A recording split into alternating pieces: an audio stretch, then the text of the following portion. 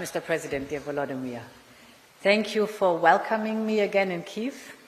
This is now the 8th time that I'm here since the brutal invasion of Russia in Ukraine. And this visit comes at a crucial time. Winter is approaching. And Russia keeps targeting your civilian energy infrastructure in a blatant and vicious way to try and plunge your country in the dark.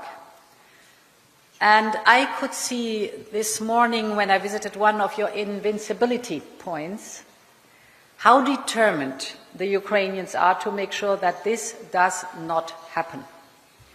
I'm here today, dear Volodymyr, to tell you and to tell the people of Ukraine that the European Union is here to help you in this challenge, to keep the lights on, to keep your people warm as winter is just around the corner, and to keep your economy going as you fight for your survival. My first point is on this topic.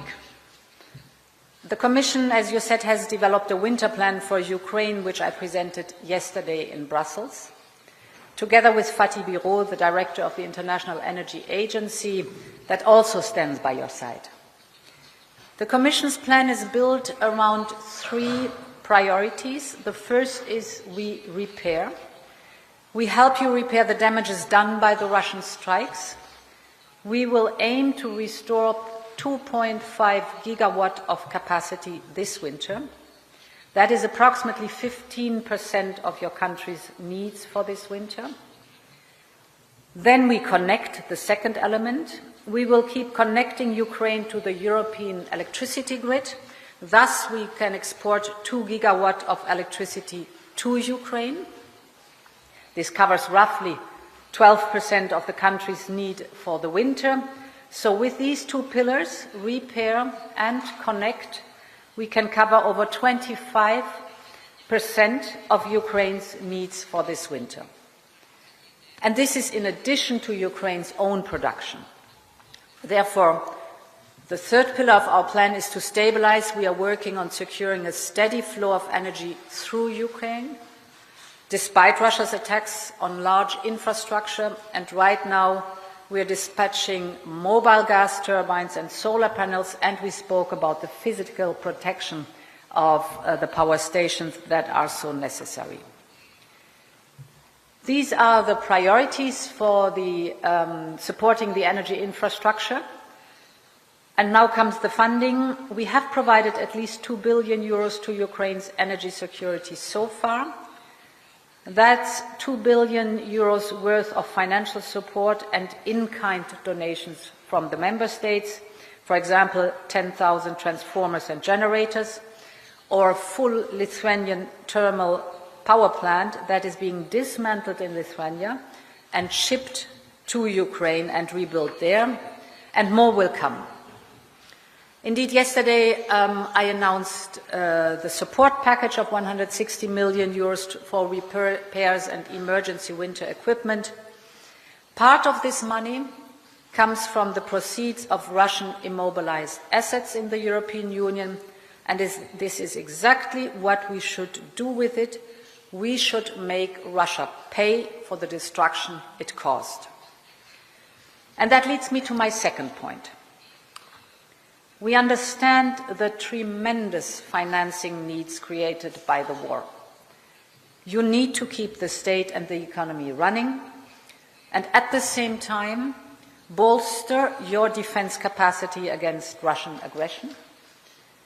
We have been supporting you on this since the very beginning, with over 118 billion euros for Europe to date, from Europe. But Russia's relentless attacks mean further support is necessary. And this is why I am happy to announce that today the Commission has adopted proposals that will enable the European Union to lend 35 billion euros from the G7 pledge. This is a huge step forward. We are now confident that we can deliver this loan to Ukraine very quickly, a loan that is backed by the windfall profits from immobilized Russian assets. So crucially, this loan will flow straight into your national budget. This will improve Ukraine's macro-financial stability, and it will provide you with significant and much-needed fiscal space.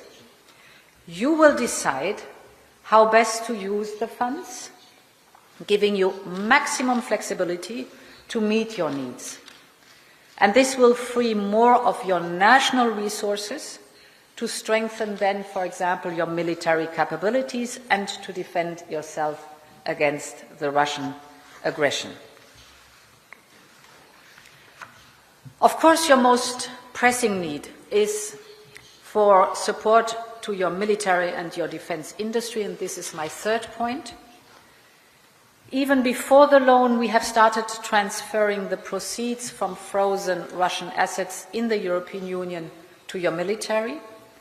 This summer, we transferred the first 1.4 billion euros in the form of orders for weapons and equipment via the European Peace Facility. Our member state, Denmark, for example, sent 400 million euros to purchase equipment from Ukraine, for Ukraine, from these Russian proceeds. And this money was directly placed for orders in the Ukrainian defense industry. So we buy for Ukraine, in Ukraine, so that the added value is increased out of the Russian state pockets to your defense industry. This makes Europe the #1 public investor in your defense sector, and our EU Defense Innovation Office is now up and running with EU staff here in Kiev and a support team in Brussels. It will work as a hub to connect Ukrainian and EU defense industry with matchmaking events, for example. That's to your benefit, but very much also to our benefit, because Ukraine's defense industry is among the most cutting-edge ones. So we are very much looking forward to deepen our ties in this area even before you join the European Union. And this, joining the European Union, is my fourth point. It will be and remain one of my priorities also in the next term, to prepare to lead the Commission for another 5 years, the accession process to the European Union.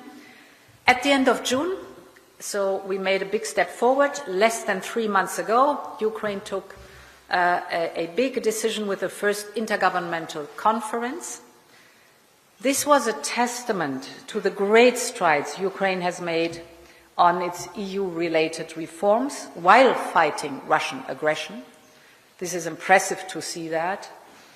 Our objective now is, with the agreement of the Member States, to open negotiations on fundamentals cluster as soon as possible. This is an important one, and then we can move forward with the other clusters too. Thanks again, dear Volodymyr. We are approaching, sadly, 1,000 days of Russia's aggression, and we are daunted by Ukraine's enduring bravery.